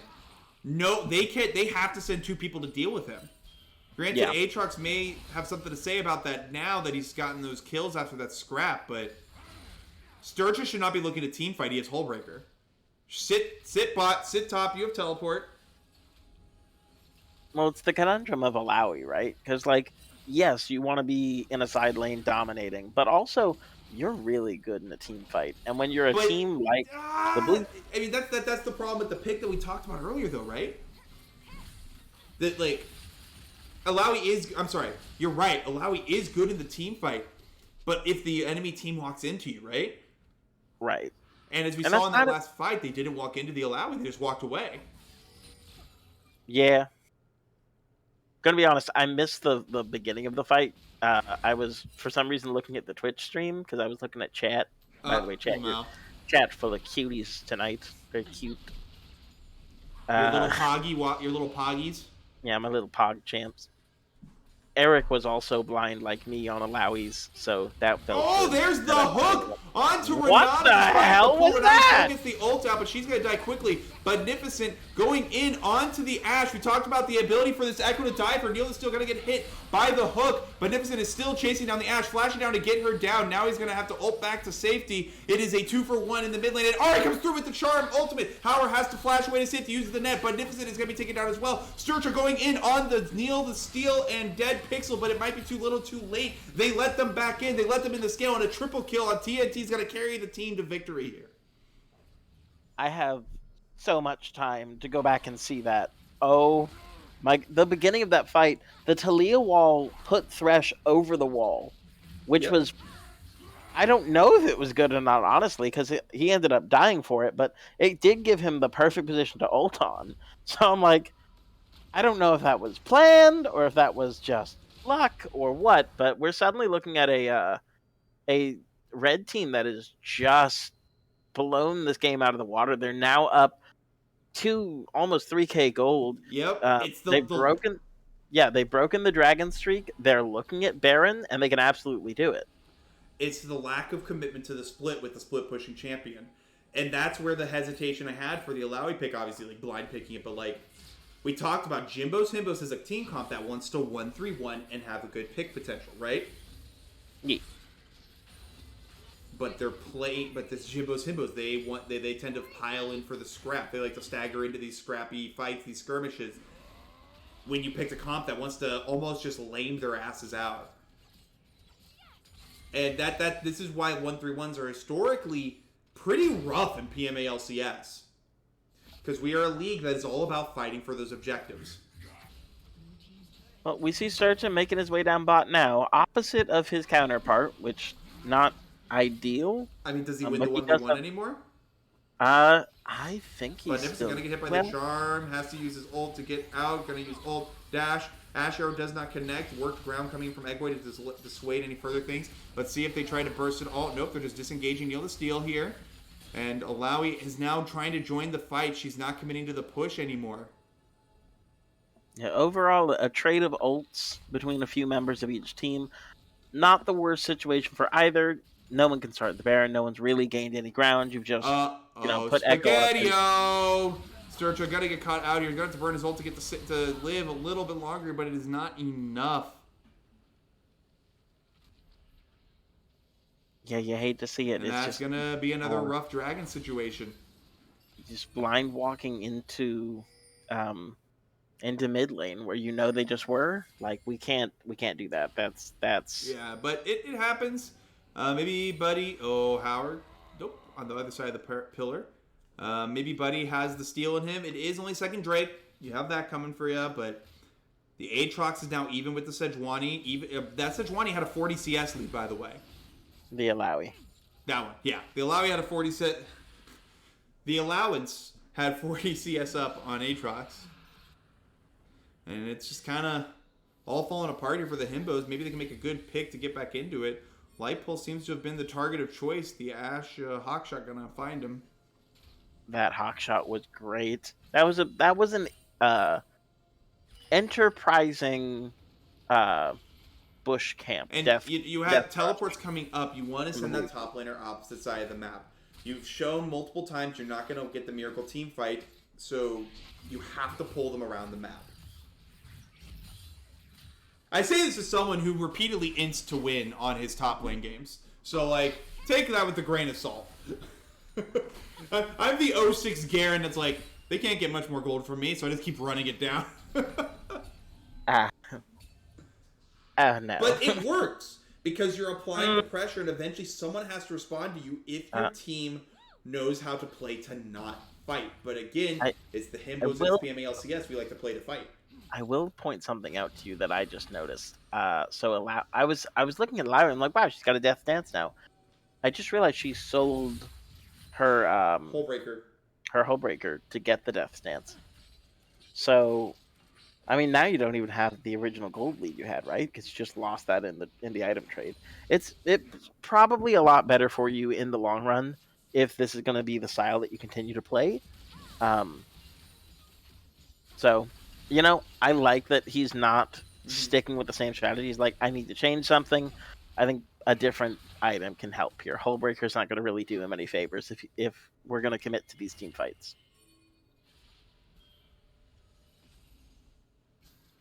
All right, so we are all getting set up for the Baron fight here.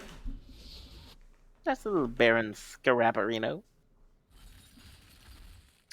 Just going through completed items on each team. Honestly, like even though there is a gold lead for the red team, the items are about even right now. Maybe a little There's bit a more s- pricey items. Is there a lot just sitting on in the bank? No. yeah, there's a small lead in mid. You've got Well, we're your right about that your time heel in the cut and game where we're your heel getting cut there, and your where like a 3K gold yeah lead is a lead, but it's not a lead. yeah. It's not insurmountable by any means. But again, that's where we comes down to compositions. Yep. I'm not saying any team won the draft. It's just decision making and plays in the moment. The execution Yep. has been quite silly by both teams here. Vision control attempted. We do see the 1-3-1 finally playing out a bit with the Talia bot lane as well. Or at least just kind of collecting waves. Yeah, they're not really able to push their waves out past the midline. Mm-hmm. They know that's dangerous. They know they don't have control of the map, so they're kind of bottlenecked past the river point, which allows things like this, where Neil can push into the jungle and say, hey, well, what you doing over there? Mm-hmm. You need any help dying?" Mm-hmm. Um, Luckily, it's kind of a stalemate right now. We're just gonna look for probably more picks like this from Oh, Ice Cold Bro, speaking looking of for another. picks, that is a dead Renata. Chad Penguin looking mighty juicy by Beneficence calculations, and he's going to get that flash. Yeah, that They've been was playing that game around this river for so long now. They finally got what they wanted. What do they do with their prize here? mid. Shove True. mid. Take turret. Big win. Big dub. Big W. win. Big dub. All right, we got the tower for our pick. Now what? I would love to see this somehow be translated into a little bit more control on the bot side. This dragon's coming up. You want that third dragon. You want to be the one on soul point so that you get to make the But decisions. we're backing. Dan's the only one that has wards to be able to be dropped here, so getting stuff a little bit together for this Baron. Dragon is coming up soon. Yeah, at this point you're about 15, 20 seconds behind the red team. They will have setup and prio on this dragon. And yeah, so the pick got the mid tower tier 2. That's good, but you didn't translate it into your second objective. There should have been a call. The play after the play. Yep. Yeah, like I don't think the turret was a bad call, but you can get that turret and then like immediately back as 5, rotate to the river. Or they like just the vision. Oh, Hook gonna hit Neil to steal, but that's when you want to get picked on it. Coach Eggboy taken very low. Does he die? He does die to the ignite. Here comes the Renata ultimate. It is a wipe here. Sturcha, nope. Ah. Yeah, Searcher just not living long enough to get his W off. It's one just of those, dying immediately. Man, every time we see something that's really close to getting the back of the game, the Himbos make just another really awkward decision that puts them behind on the next play. Yeah. I will say very well played by the side of Submissive and Draftable to like understand like, hey, we have the setup and they're not here. Like we can just walk to the jungle and do what we want to do because they're not able to respond. Like they didn't walk out together as 5. They were single file into the jungle, and they get picked for it. And lose Baron and Soul Point on a Mountain Drake, which 4-stack Mountain Drake sounds just no. I don't want to deal with that. Like getting 4 Mountain Drakes is absolutely annoying. Like there's no dragon I want to be stacked up less. Uh-oh. Dog's being an asshole.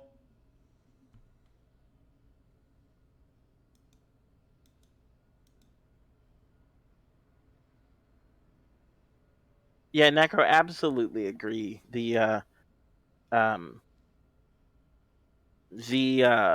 fights are being won by this Ari just again and again, making the right picks, getting the damage down at the right times. But also, they can't cut down Neil. The dude is massive. He's got a Visage. There's not a single bit of heal cut on the enemy team for him.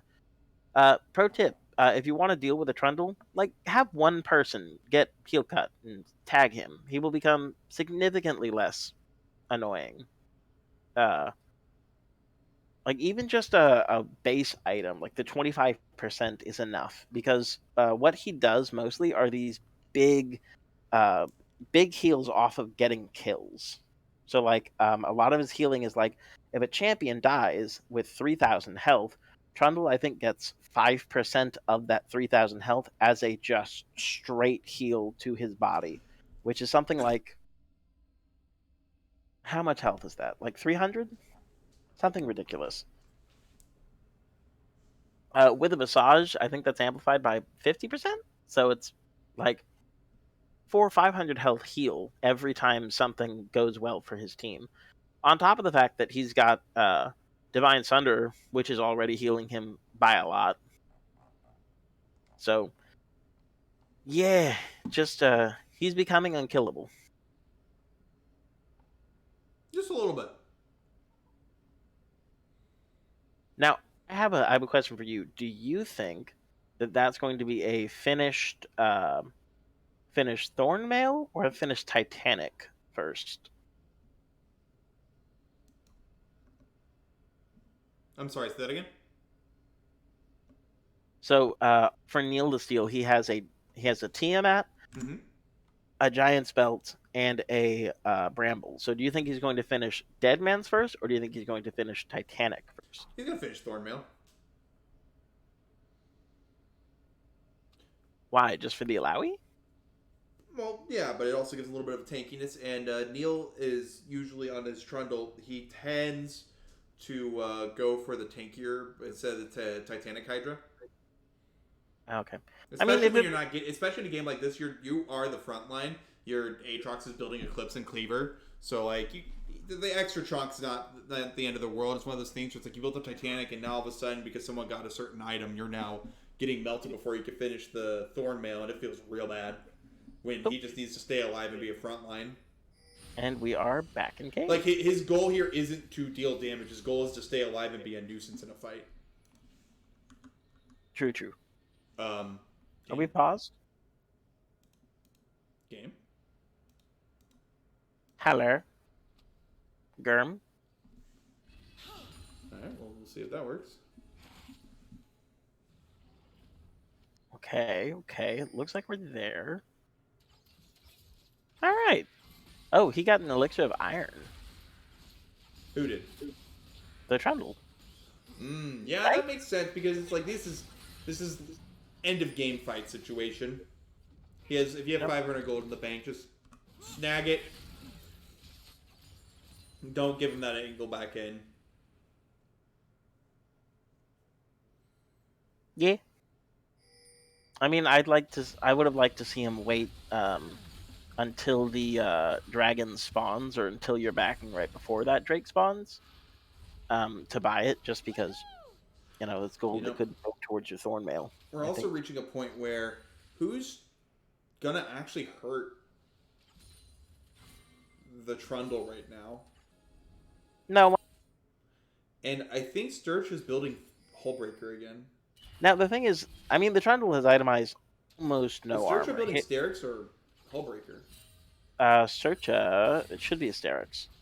Okay. But it's interesting because like Searcha has itemized. Well, not Searcha. Sorry, Neil has itemized almost zero armor. He just has a Bramble Vest, which is like it's 2 cloth armors. I think it's like 20 or 30 armor, almost nothing.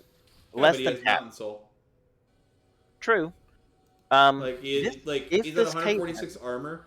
That's pretty relevant with how armor calculations are in League. I think around 100 to 150 it gets. It's specifically 200 where armor gets a little redundant. Big. Stun almost gets TNT, but Nipson has to ult to safety knowing he is in a bad place as that lantern goes left, sadly unclicked. Oh, big knockback coming out of Egg Boy into the worked ground, and that is a shutdown onto Neil the Steel going to Howard. Coach Egg Boy head popping off there.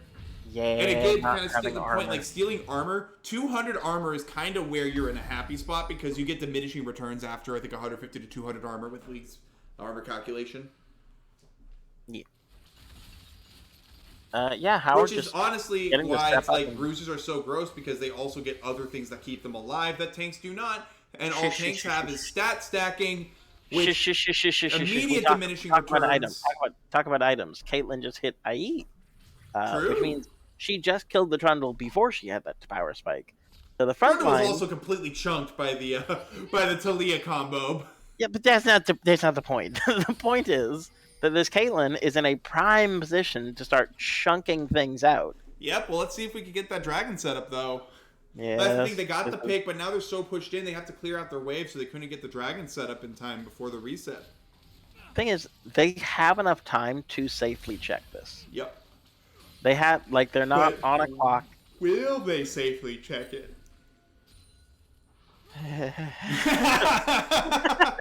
I mean, I think Dan is an amazing player, but his teams have a certain level of spiciness. As Budnificent tries to keep himself alive, the flash going out, Chat Panther going to avoid the hook, subjugate, procking onto Budnificent. Not enough to quite yet get that kill, but Budnificent has no ult. Ice Bro going to look for the hook, gets it onto TNT. Sturcher going to pull in Neil and Steel. Here comes the Renata ultimate across the team, and Light Pulse does get the kill of Budnificent off of Caitlyn's collector. There comes the push, the shove into the worked ground. Ice Bro is here trapped between a rock and a troll. And the charm's going to connect on the Howard. And do we have the outplay? No, if there's going to go to the Mountain Drake. No, Neil and Steel says, you will die, Egg Boy. I am Tonki. I have Bramble Vest. See? You see what I mean? He tanked like 4 shots and did nothing without Subjugate because diminishing returns after 150 armor. Yeah. You don't need much more. So Especially problem, when no one's built Pen yet. Yeah, the problem there was just Renata ult being Renata ult. Like, so Sturgeon made an adaptation. He was like, I'm dying early each fight. I just need to ult sooner. So he gets his ult off super early and starts trying to attack. But when he ults, the Renata ults. And like we said earlier, tentacles don't hit your allies, unfortunately. So you don't get any healing. Mm-hmm. So it's just... like for about 3 seconds, or how long does that thing last? 2 seconds? Well, it's again they put themselves. It really does come down to the decision off of I think it was Drake 3, where that one scrap went against them, and then they still had a window, but they went to group around Baron instead of just forget it. 1-3-1, 1-4. Alawi's still big, strong, has Hullbreaker. And it's just kind of falling apart for them because now they're trying to they have to get in these situations where team fighting around objectives against a comp that is a much better team fight around objectives comp. You know, honestly, I think both of the last 2 dragons that they tried to contest, I think if they walk in as 5 members to those like dragons, I think those fights it's a little bit different if they come through lane and have more room to dodge or not ult. That too. Like being choked up in your jungle, but also like not being all together. I think both times they've been split. Like it's been, you know, that time it was Eggy and Buddy went in, or not Eggy and Buddy. It was Ice Cold Bro and Buddy went in. You know, and that also comes down to something we also pointed out. I don't know if it was last game or this game. The target selection and team fight target selection is a little suspect at times from the Himbos. I don't think this comes down to target selection. It's just like approaching this team with a little more respect. I think you're right. I think I worded it wrong. The team fight cohesion is just like everyone's kind of on different pages. Yeah, that was we're all doing different things. We need to be doing the same thing at the same time. Especially when it comes to like approaching this just scary look. Hey, test that boy. That's quite a lot of testing. Yeah. I mean, if Alawi hits pull, she can still chunk someone out for a third of their health. Oh, hook onto the Renata. We've seen this story before. They're really good hook. And he's going to ult all of them into each other. She is shut down. But then the Ectalia goes down as well. This might give Searcher enough time to pop off. Alawi is staying alive for quite a long time, but is doing no damage here. And now they are running for their lives. How are going to... Oh, the blast cone into the team. It's tragic. And... once again, trying to walk into this team fight comp, it just kind of... the reason I went back to those fights earlier is because it's kind of what they have to do now, almost, unless they have to hard commit, which I think they could hard commit still to the split push, but they put themselves in this situation by not doing that sooner, where you have to fight these things, and it's just, they're behind, and the other team's a much better comp for it, and here you go. Yeah, just well played by the side of Submissive and Draftable, just outplaying them at every turn. Like Light Pulse, every time he gets picked, you know, okay, you're going to pick me, I'm going to ult your entire team because you're all grouped up. Like it's just well played, honestly.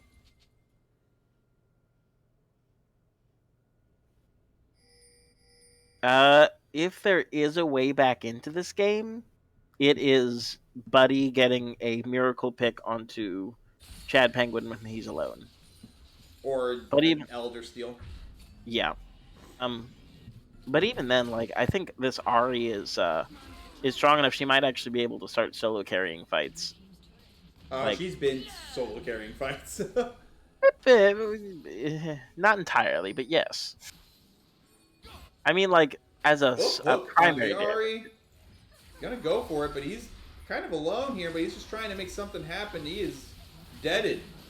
That is a deaded boy as the Renato will come through. Only hits Sturgia. Asher are going to connect Howard. Sorry, Bud Nipson also gets caught up in that Howard. Big dead boy as the seismic shove into the work ground. Going to try and do some work here. Sturgia has to burn his ult here now. It is a big ult, but again, doesn't quite have the damage anymore. Charm going to connect onto the 1 and 7 Talia as Eggboy is taken out by Nipson. Maybe gets T here. Nope. Zanya and the So push close. away from the Renata. Gonna be the triple kill for Neil the Steel. And this is pretty much game, you would assume here. They have the Baron, they have the minions, they have 13 seconds until Icicle Bro comes up to try and make something happen. This is almost certainly 2-0. Yeah, the way those towers are going down. That is 2-0 in favor of Submissive and Draftable. Good game. Yep. I think honestly, there are like some really good things from both teams going on. Like the early game from why did I forget? I just hit Jimbo's Himbos. Jimbo's Himbos early game, fantastic. The synergy between Ice Cold Bro and the rest of his team. He set up kills for Buddy. He set up kills for Egg Boy. He set up kills for Howard. Like this Thresh was an absolute monster, but it only took a couple risky plays where it wasn't a full 100% play, a little more of a coin flip that things go the other way. But well played by Submissive and Draftful for coming back in game 2, doing an absolutely phenomenal job of taking advantage of moments where I think maybe Jimbo's Himbo said overreach just a little bit. Whew, that T damage. Yeah. Yeah, You're like, he can now start carrying fights. No, I knew he was carrying fights, but I mean like solo, like the only. I don't know if you saw that one fight where he got triple kill mid lane from the side. Yeah.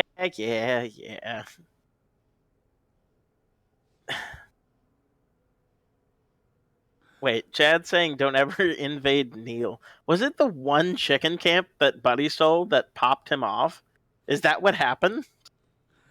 Either way, I'm going to low-key say MVP, Light Pulse's Arky. Because I know that man, every time he gets hooked, he's just like...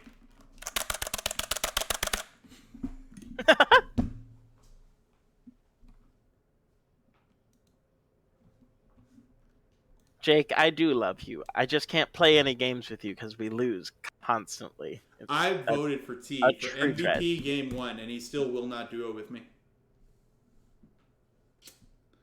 He doesn't play the game with me in comms. I piss him off too much. So sad, which is why he won't get my game 2 MVP vote. But unironically, I think I would say my MVP is either T or Light Pulse.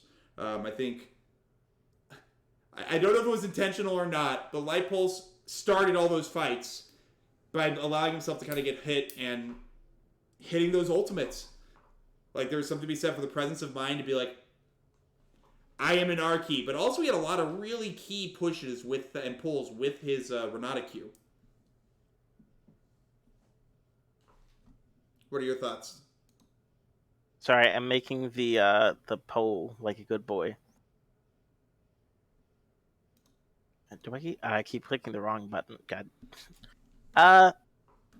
If I'm going to give it to one person, I think I have to give it to either Jake or Light Pulse because just the Renata ults were phenomenal. Well, let's get that poll out here fast. I need to pack up for a trip I'm going on tomorrow so I can get COVID in Texas. So let's get this going here.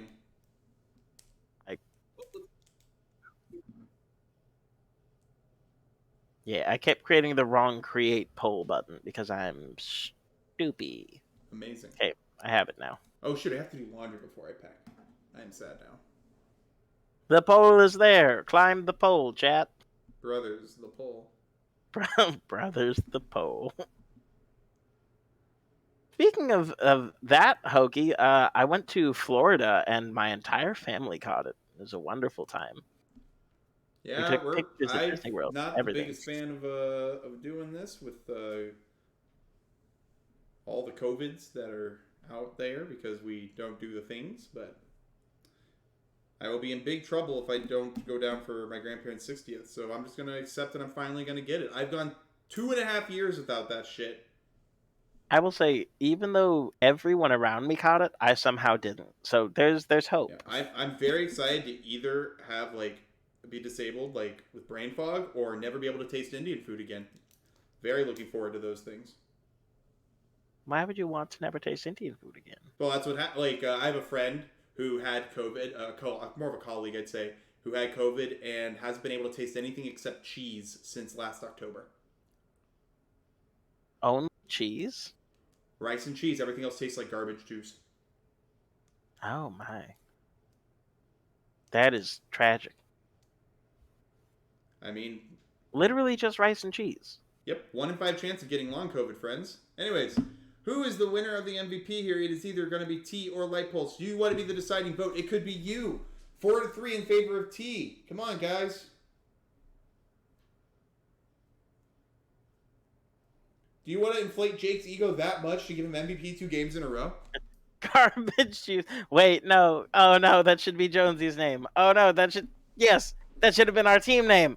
Guys, we have to make a change. We're no longer Bung's Burgers.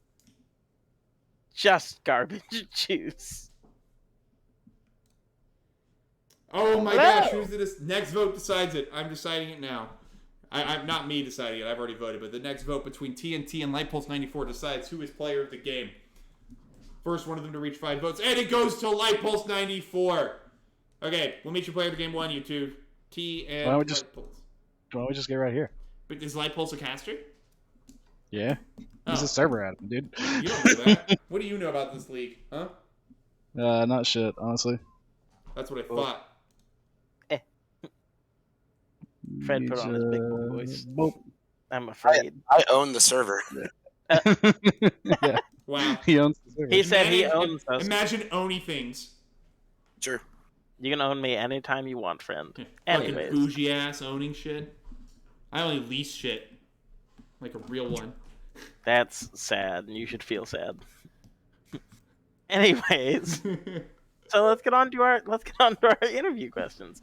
So, Fred, why don't you go ahead and lead the interview for Game 1 since I wasn't there? Great talk. I don't know. Solid. It was a stomp. How'd it feel? What were your thoughts going as the game progressed? Oh, good. Felt like gas. Yeah. That's all there is to it. It kind of fucked us up game 2. I ain't gonna lie, but yeah, it was great. It was great while it lasted. And then game 2 happened, and we were still kind of riding that high. And well, you saw what happened early game. So we just gotta tune it back a little bit, but it felt great. It felt great getting to play a little bit. Yeah. Yeah. So it looked to me like y'all really didn't have to change anything between drafts. Like, I think, was it just Light Pulse? I think you had you played Renata game 2, but I think that and maybe the Ash were the only difference. So yeah, because they banned both of them game 2.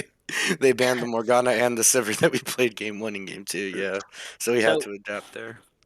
So this is something that my team has kind of been on a little bit of an important. What do you think the importance is of like keeping teams the same from game to game, like not changing too many things? That's a Jacob question. I don't think it necessarily matters as far as like keeping your comps the same. I think it matters where you start building your comp from. So, at least personally speaking, since I handled the draft this week because Josh is MIA for us, the way I construct all of my compositions is I start it from a duo point. So it either starts from mid jungle or top jungle, or it starts from bot lane. And we wanted to make sure this week that our like mid jungle had a really strong dueling presence and was able to move around the map and synergize really well together. And then we wanted our bot lane to have a compact duo that could just really be safe as possible, but still also have the playmaking ability. So that's why we like kind of went for the Morgana for the flash Qs and things like that. So it just kind of starts. Your conversation starts at those 2 points, I think, and then it kind of goes from there. It doesn't necessarily mean you have to copy and paste from game 1 to game 2, but you can in the event you feel like your strongest points of your composition were still good, and then you can just flex out pieces as necessary from around those. All right, very well said. Let's talk about game 2 a little bit. So, obviously, the early game was very ice cold and buddy centric. Like those two kind of popped off and did what they needed to do. Can you talk to me about how you found your way back into that game? I mean, just talking from a mental standpoint, I think it was right after that little that dragon skirmish that we just completely died at, and then I believe I had gotten caught, and we had just there was like a string of like maybe 5 or 6 kills in the bot lane jungle, and the blue buff that really set us behind, and that's kind of the great thing about our team is that we have the mental fortitude, and we all kind of just like had a big kumbaya mid game and was like, all right, guys, like we're not that far behind. Like we're playing desperate, and the kill is like 10 to 12. They have 2 drags that we can. This is actually Chris that said that. They have 2 drags, but this is easily comebackable, and we have the scaling necessary. And we just kind of took that, and we were like, yeah, you know what? Let's just go ahead, play safe. Let's play to our strengths, what we usually do, and we just kind of snapped out of it from there. So luckily we were able to do that, and we were able to put up a really good fight and really good showing in the mid game, and that kind of just carried us from there. But really it's just having that mental fortitude of just saying like, hey, it's not dire. We stop making bonehead mistakes, and you won't have bonehead score lines. And that's just kind of how everything devolved. Everybody started talking, communicating a little bit more. We had a little bit clearer comms, I think, on the second half of that game as well. A lot more clear and concise, and the communication was just much more on point. And I think that's where teams can find that comeback ability, is that if they have that communication, then everybody's going to be on that same page, and you're going to have a better time than not. Absolutely. And just so we can all talk about, just making sure you're talking about Chris is Chad Penguin, right? Chad Penguin, yeah, correct. Okay. Chad Penguin. So yeah, sometimes, and I've seen it happen on teams I've been on, and I'm sure Fred's been this person before, where you just like it just takes one person to kind of like set the tone for the rest of the map, and everyone kind of falls into place. And then once you kind of know what the game plan is, and there's been this, like you said, a kumbaya moment, there's more conversation around that because now we have a goal and something to talk about, rather than just play League of Legends and communicate. Yep. So, Yep. yeah, really well said. Fred, I was gonna say, any last words from you two before we get going here? Nope.